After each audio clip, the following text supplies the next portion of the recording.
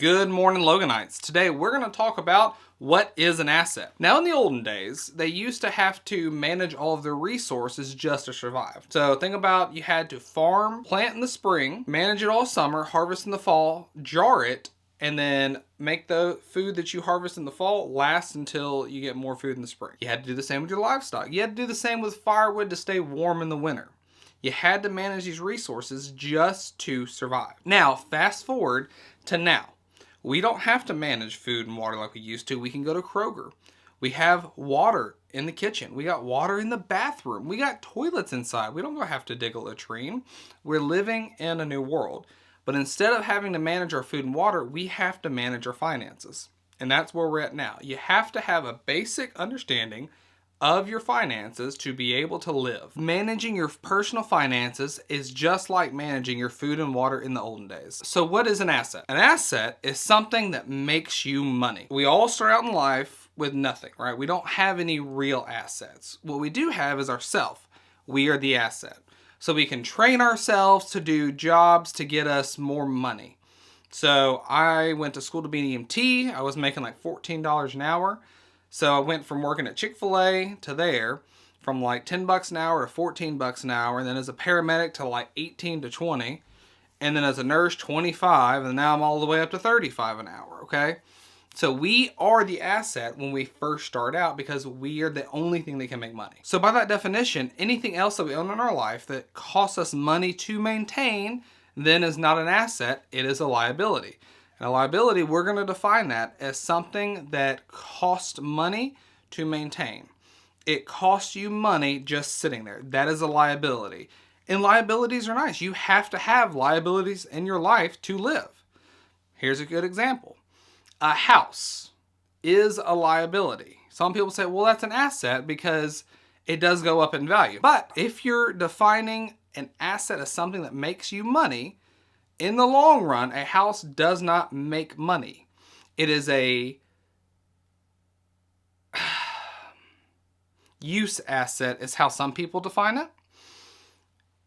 And I don't really like that definition because what it does is it's the middle ground for financial advisors to define an asset that really isn't an asset. That's what it is. It's to make people feel better about the equity that they have in their home, that it makes them feel better. It makes them feel, because like your car is a use asset in that world. In this world, in the real world, where we're talking about what makes us money and what provides for us, it's a liability. The reason why I say your car is a liability, not an asset, you can, if you want to, call it a use asset, but no, we're not going to do that. We are not going to do that. It is a liability because a car costs money. Car registration, taxes, gas, tires, batteries, alternators, oil. It costs money to use it. It is a liability in its most basic form. Now, the caveat to the house versus the car versus other types of liabilities and other types of assets. So those are two, what I'm going to define as liabilities. However, they are very necessary. They're very necessary because you have to have a car to get your main asset, you, to work. Especially if you live in the South like me, where there is no such thing as public transportation here, you have to have a car. And you have to reliably be able to get to work. So does reliably in your world look like a new car? Probably not. It shouldn't look like that. Is it a newer used car? That's a good possibility. Or do you have like an old beater and something that you could borrow a car in a worst case scenario, like your car broke? That's not a bad option, especially starting out. I was driving like a early 90s Saturn and then like a 92 Nissan pickup. But if my truck broke down, I was able to borrow one from my dad or from a cousin or my brother. So your car is you can call it a use asset, or it's just straight up a liability. I'm not going to ever put it in my asset column though. You don't put use assets in your asset column because that's just, you're hurting yourself by doing that. You're hurting yourself mentally and financially. Now let's talk about your house. Like we said, it is a use asset. Don't put it in your asset column. You should not count your house as an asset. You should always plan for housing costs because you're going to have a roof go out, AC, got to mow the grass, whether you're paying for the gas or someone else is, paint, floor, upgrade, downgrade, whatever it is, your house is going to cost money to own. Now, I will say, I do believe in home ownership. I believe in home ownership for multiple reasons. I do believe you need to own the place you live, mainly for the psychological value, to be quite honest. Mainly for the psychological value, especially in like your 20s, 30s, okay? The psychological value of having a space that's yours, that is secure, it's safe, and it's your spot. I don't know how else to put it. Because financially, it is a liability. It makes more financial sense in your earlier years to rent, not buy, depending on all of your situation and stuff. That being said, I do own the house I live in. But your house doesn't make you money, and that's the main point that I'm trying to make. Your house doesn't physically produce money. You produce money. Investments produce money. Your house does not produce money. It's not working for you. It's technically a draw on you. So, in this world that you're living in, that you understand this is a liability, should you have a large liability or a small liability? That's why we're thinking about it this way, because if you understand it's a liability, you're not going to buy a house that you might grow into, because you can buy a smaller, more reasonable house in a more reasonable part of town that's still safe and that you still feel comfortable in, but you realize it's a liability, so you're not going to go crazy. You're not going to buy the $350,000 house. Now, I live in Memphis, so that's a big house out here. That's a big, expensive house, $400,000, $500,000 house, when you're a new EMT, paramedic, or nurse. So far, we've got, in our asset side, you got yourself, or your body. This makes you money, especially because at our level or the lower levels, you can't really make money if you're quadriplegic, right? It's very difficult to do. So at this level, you have to protect your main asset, your body. That's why it's important to stay healthy, work out, and all that nice jazz. And our liability column, we have our house and our car. Now, I put these first. I want to talk about them first because they are the big ones that are hard to swallow. Most people don't want to sit there and rectify the fact that your house isn't an asset. It's not an asset. It is not an asset. Your car is not an asset. They are both liabilities. They're important liabilities. Don't get me wrong. They are important. You do need them, especially here in the South. You do need them, but they're still liabilities. Our second true asset is going to be investments. Investments are my favorite way of creating assets. Reason being, you can invest two ways. You can invest in yourself, so like some sort of training program or education or mentorship or like CDL, driver's license. You can invest in yourself to where your main asset then makes more money. I am all about getting as much as you can per hour because your time is your most valuable resource. Your time is your most valuable resource. So why not do the thing that's going to get as much dollars as you can for your main resource, for your main asset. But again, don't go out there and just waste away education and get like a master's degree in something that's not going to make you money. You have to make sure you get your return on investment, and that's going to be a whole nother video all on its own. The second type of what I do as investing is just index investing. I buy small portions of the index of the stock market. So like a S&P 500 index where you just buy a small portion of the top 500 stocks, and then as the market grows, so does your money. That does make you money. It makes you money in dividends and with the growth of the economy. You are making money on that money.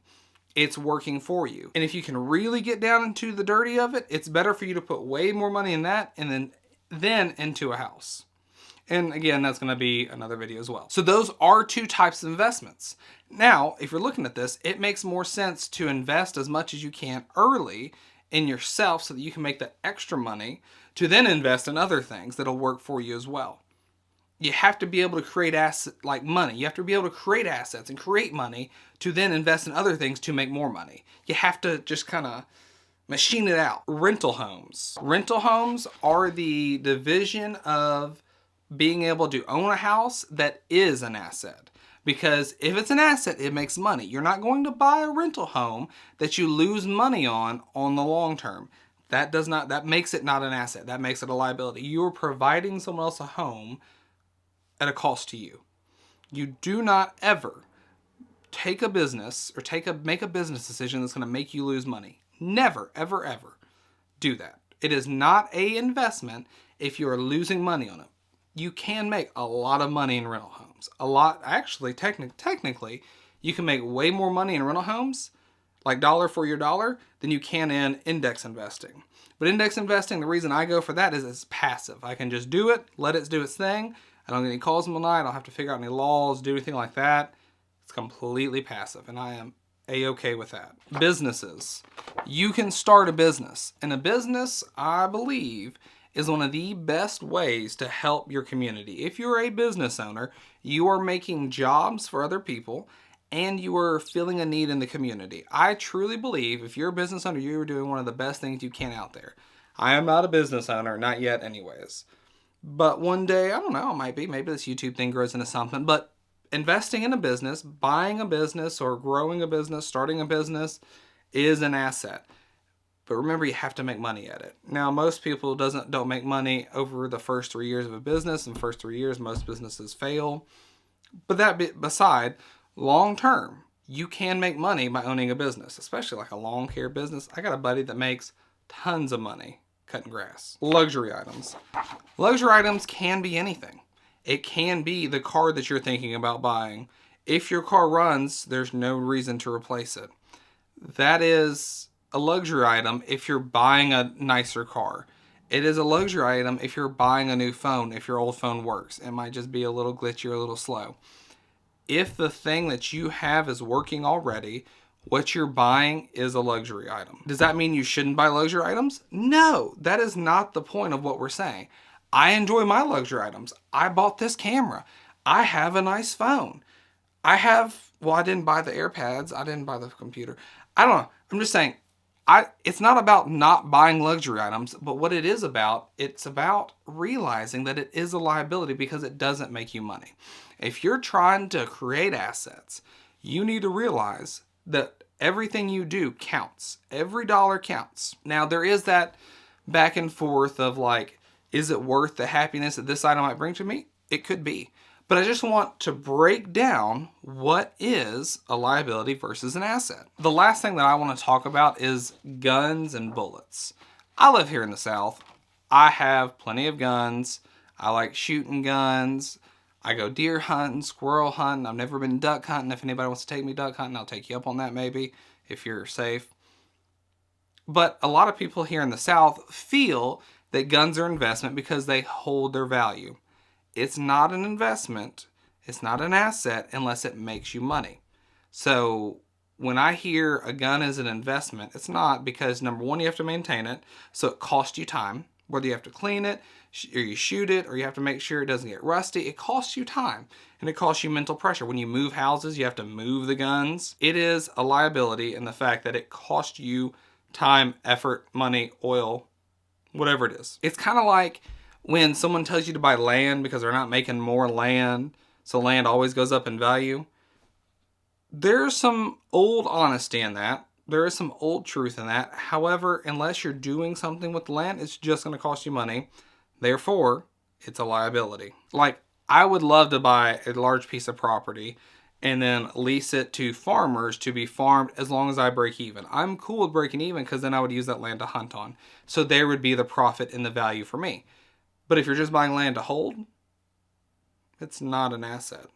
Kind of reminds me of crypto, by the way. But that is your basic understanding of an asset versus a liability.